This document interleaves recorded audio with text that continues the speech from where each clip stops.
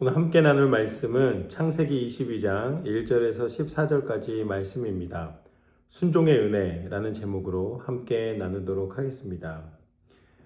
오늘 우리는 창세기 22장을 통해서 아브라함의 삶에 나타나신 하나님, 그리고 또 아브라함의 순종을 통해서 하나님께서 기뻐하시고 하나님께서 그의 삶을 인도해 주시는 장면을 통해 우리 삶 가운데 어떠한 순종의 이 결과를, 열매를 기대할 수 있는가에 대해서 함께 나누도록 하겠습니다. 오늘 말씀은 이렇게 시작합니다. 그 일 후에 아브라함을 시험하시려고 그를 부르시되 라고 나와 있습니다. 어떠한 일이 있었는가? 아브라함에게 하나님이 아들을 약속해 주셨습니다. 그런데 아브라함이 그 약속을 기다리지 못하고 하갈을 통해서 이스마엘이라는 아들을 낳게 됩니다. 그런데 그것이 해결 방법일 줄 알았는데 오히려 그것으로 말미암아 갈등이 생기고 또 문제가 생겼습니다. 그래서 어쩔 수 없이 아브라함은 이스마엘과 그 어머니였던 하갈을 떠나보내게 됩니다. 아무리 떠나보낸다 할지라도, 아무리 문제를 일으켰다 할지라도 자신의 아들이었고 자신의 아들을 낳은 여인이었습니다. 그가 얼마나 큰 고통과 고민이 있었겠습니까? 그렇지만 하나님의 뜻 가운데서 문제 해결의 방법으로 선택하였기에 그 일을 견뎌야만 했습니다. 그런데 그 일이 있은 다음에 또 하나의 시험을 아브라함이 당하게 됩니다. 그것이 바로 오늘 말씀 가운데 나오는 장면입니다. 하나님께서는 그렇게 귀하게 허락하신 아들 이삭, 문제가 생겨서 이 다른 방법으로 태어났던 아들을 떠나보내고 남아있는 아들, 그 아들을 하나님께서는 제사로 바치라고 명령을 하십니다. 이것은 쉬운 일이 아니었습니다. 자신에게 귀한 아들을 주실 때는 언제고 이제는 그 아들을 다시 제단에 바치라고 하시니 이것을 어찌 이해할 수가 있겠습니까? 그런데 이것을 통해 하나님이 원하시는 것은 아브라함을 어렵게 만들고 아브라함을 시험하기는 시험하는데 사단이 하와를 유혹한 것처럼 그렇게 이 아브라함을 넘어뜨리기 위한 시험이 아니었습니다.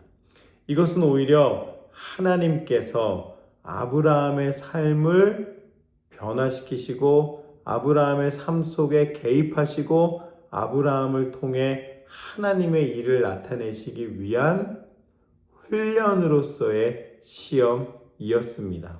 하나님의 명령은 분명했습니다. 독자 이삭을 내게 바치라. 약속이 담긴 미래가 담겨있는 그 아들을 바치라는 그 명령 앞에서 아브라함은 순종을 선택하게 됩니다. 순종은 모든 것을 이해하고 납득하고 설명할 수 있을 때 하는 것이 아님을 보게 됩니다.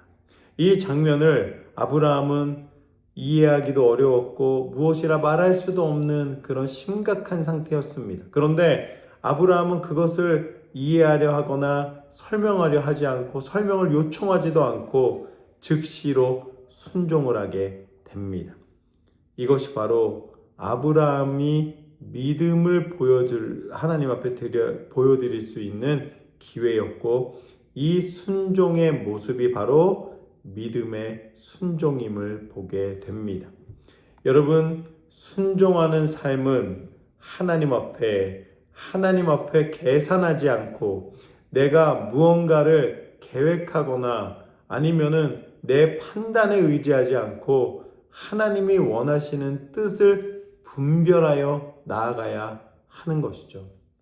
이것이 참 어려운 부분입니다. 왜냐하면 우리는 눈에 보이는 것은 좋다 나쁘다 평가할 수 있지만 이 영적인 것은 이 실질적으로 영적인 귀를 열지 않으면 보이지도 들리지도 않는 영역이기 때문입니다. 하나님의 음성을 들었기에 아브라함은 순종의 모습으로 그 아들을 바치기 위하여 산을 오르게 됩니다. 그리고 이제 산에 도달했을 때에 종들에게 잠깐 머물라고 하고 이 제단을 쌓기 위하여 산 위로 아들 이삭과 함께 나귀에 짐을 싣고 올라가게 됩니다. 그때 아들이 물어봅니다. 아버지, 모든 제단에 쓰이는, 제사에 쓰이는 기구들은 있는데 재물이 없습니다. 그랬더니 아브라함은 하나님이 예비해 주실 것이라는 말만을 남기고 묵묵히 아들과 함께 그 길을 올라갑니다. 아브라함이 이렇게 할 수 있었던 이유는 무엇일까요? 그것은 하나님이 축복의 그 별과 같이 많은 자손을 주시겠다는 약속의 믿음이 있었기 때문입니다. 하나님이 이삭을 바치라 하실 때는 이삭을 바치는 것이 목적이 아니라 분명히 하나님께서 행하실 일을 기대하고 있는 아브라함의 모습을 보게 되는 것이죠. 이제 산 위에 올라가서 제단에 아들을 올려놓고 아들을 잡으려 합니다. 마치 어린 양을 잡는 것과 같이 제단 위에서 그 귀한 아들을 하나님 앞에 온전히 바치려고 칼을 들었습니다. 그때 하나님이 그 아브라함의 손을 막으셨습니다. 이제야 내가 나를 사랑하는 줄 알겠노라.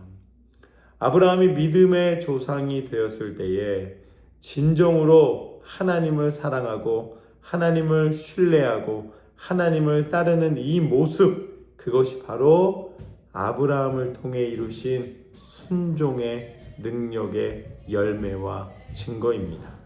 우리에게 하나님이 요청하시는 것이 바로 이것입니다. 하나님께서는 하나님의 길을 인도하실 때에 아들 이삭과 아브라함을 사용하셨고 훈련하셨고 그 가운데 그들의 믿음의 행함을 보셨고 그 가운데 역사하셨고 하나님께서는 오히려 아브라함의 손을 막으신 후에 그 숲풀가에 걸려있는 어린 양, 이순 양을 발견하게 하셔서 그 아들을 대신하여 제단을 쌓게 하여 주십니다. 이것이 하나님의 특별한 순종을 통해 허락하시는 은혜와 능력입니다. 하나님께서는 우리를 너무나 잘 아십니다. 우리의 연약함을 아실 뿐만 아니라 우리가 무엇을 계획하고 속으로 무슨 생각을 하는지 하나님은 다 알고 계십니다. 그러기에 우리가 그런 척 신용하는 것이 아니라 하나님 앞에 오늘 아브라함과 같이 온전한 믿음으로 하나님 앞에 순종할 때에 하나님의 뜻대로 행할 때에 하나님께서는 우리를 어렵게 만들지 않으시고 오히려 그것을 통하여 하나님의 사람임을 인정해 주시고 문제를 해결하실 뿐만 아니라 약속된 그 모든 언약을 이루어 주시고 성취하여 주십니다. 오늘 아브라함은 그 아들을 바치라는 명령 앞에 순종하였을 때에 그 아들을 드린 것이 아니라 그 아들을 받으시는 믿음을 받으셨고 또한 하나님께서는 오히려 그 아들을 죽게 만들지 않으시고 그들에게 인정해 주시고 해결의 방법을 허락해 주셨습니다. 우리가 하나님이 이것을 통해 우리에게 알려주시고자 원하시는 것은 무엇인가? 비록 아브라함에게는 아들을 바치라는 명령에 순종하는 순종의 태도를 보셨다면 하나님은 친히 당신의 독생자 예수 그리스도를 우리에게 허락하심으로 십자가 위에 죽기까지 마치 그 제단 위에서 죽어갈 수밖에 없는 제물과 같이 예수 그리스도의 죽음을 통하여서 완전한 은혜와 언약을 성취해 주셨습니다. 이것이 하나님이 우리에게 주신 가장 큰 능력과 은혜입니다. 아브라함은 그 아들을 바치는 믿음으로 인정을 받았지만 하나님은 우리에게 실제로 당신의 아들의 죽음을 통하여서 당신의 아들을 허락해 주심으로써 우리 가운데 약속하신 구원의 능력을 이루어 주셨습니다. 이보다 더 큰 사랑이 없는 것이죠. 하나님이 행하셨기에 우리는 믿을 수 있고 하나님이 이루셨기에 우리는 소망을 품을 수가 있습니다. 이 모든 소망이 예수 그리스도 안에 있노라.